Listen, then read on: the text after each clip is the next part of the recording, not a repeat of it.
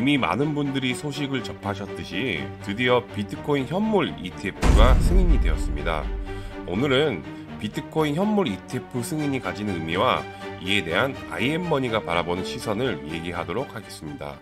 우선 왜 그토록 투자자들이 ETF 승인에 대해 열광했는지 알아보겠습니다. 많은 분들이 접하신 만큼 간략하게 얘기하자면 ETF는 Exchange Traded Fund, 말 그대로 증권거래소에서 거래가 가능한 펀드입니다.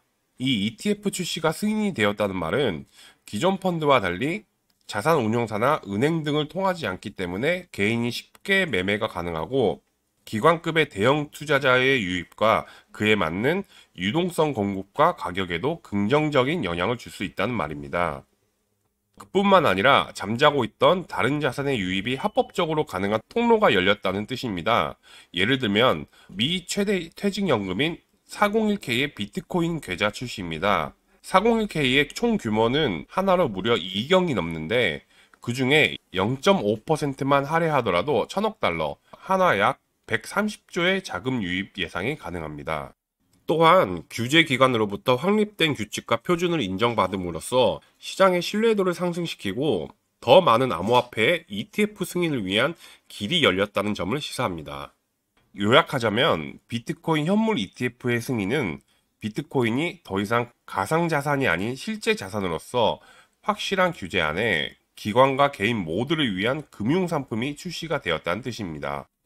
비트코인은 선물 ETF가 이미 승인되어 거래가 되고 있지만 현물 ETF는 선물 ETF와 달리 자산 운용사가 비트코인 현물을 직접 매수해서 보관해야 한다는 점이 가격과 유동성 공급 측면에서 더욱 긍정적으로 다들 보고 있습니다.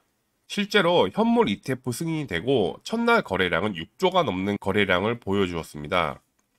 선물 ETF는 출시 첫날 거래량이 1조 3천억 원이었는데 이를 감안하면 기대 이상의 거래량이 나온 것입니다. 그리고 기존에 이미 출시된 유럽의 비트코인 현물 ETF와는 달리 미국의 ETF 승인은 운용자산이 1경에 달하는 블랙록을 포함한 11개의 대형 운용사들의 진출로 인해 해외 여러 국가들의 ETF 출시를 앞당기게 될 것입니다. 다음은 비트코인 현물 ETF의 승인은 가격에 어떤 영향을 미칠지 살펴보겠습니다. 이미 시장에서는 적게는 수십억, 많게는 수백에서 천억 달러 유입이 예상되는 가운데 자산운용사 바네크는 7만 달러, 비트와이즈는 8만 달러, 메사리는 무려 60만 달러를 예측하는 등 각 기관들은 저마다의 타겟 가격을 내놓고 있습니다. 비트코인을 통상 디지털 금이라고 얘기하는 만큼 금 현물 ETF 가격을 통해 대략적인 추세 파악이 가능합니다. 보시는 바와 같이 금 현물 ETF는 출시되고 나서 상승과 하락을 반복했지만 한 번도 출시 이전의 가격으로 떨어진 적이 없습니다.